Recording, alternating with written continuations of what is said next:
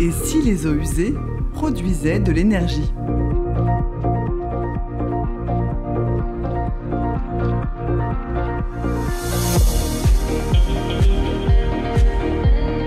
Nous, on récupère les eaux usées, les déchets de l'industrie agroalimentaire et on fait de l'hydrogène avec.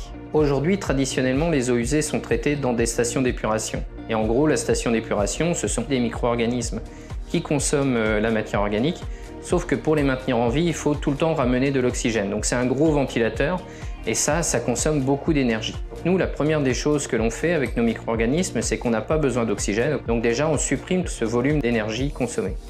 Dans ces eaux usées qu'on considère comme inutiles, en réalité, vous avez des sucres, des protéines, des lipides et un certain nombre de minéraux. C'est finalement de tout ça dont a besoin une bactérie pour pouvoir grandir et se développer. Donc si on sélectionne la bonne bactérie, on fait derrière une molécule d'intérêt. Pour ce qui nous concerne, on va produire de l'énergie. Avec ce procédé, en gros, on va produire 3 produits principaux. Bien sûr, l'hydrogène, on en a déjà parlé, mais aussi du CO2 biogénique. Troisième produit, on va transformer nos mous de fermentation en biochar. Donc ici, on se trouve dans le conteneur de préparation des matières premières.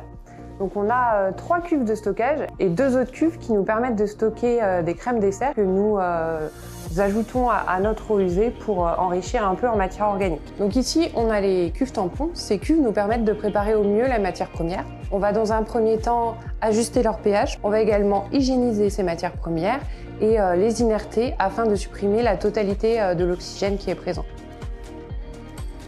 Le cœur de notre process, ça repose sur ce fermenteur qui fait 1 mètre cube, dans lequel on va acheminer les intrants et matières premières qu'on a vus précédemment. À cela, on va ajouter notre bactérie, donc sous forme d'inoculum, et on va pouvoir produire de l'hydrogène, puisque les bactéries vont consommer la matière organique qui est présente dans les intrants et gentiment produire de l'hydrogène.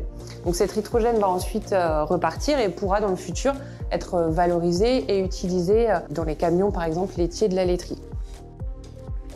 Cette installation-là, très clairement, c'est un petit démonstrateur, il fait 1 mètre cube. Avec ça, on va sortir quelques centaines de grammes par jour d'hydrogène. Ce qui est intéressant, c'est la projection.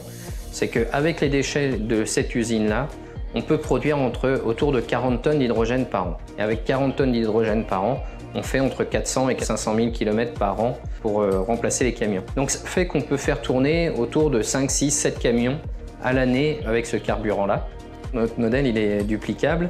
Aujourd'hui, on a des grands noms de l'industrie qui s'intéressent à notre innovation. Dès qu'on leur dit potentiellement on peut faire quelque chose avec une première usine et qu'on leur a démontré, ils nous disent ensuite qu'il faut faire toutes les usines du groupe. C'est plutôt rassurant.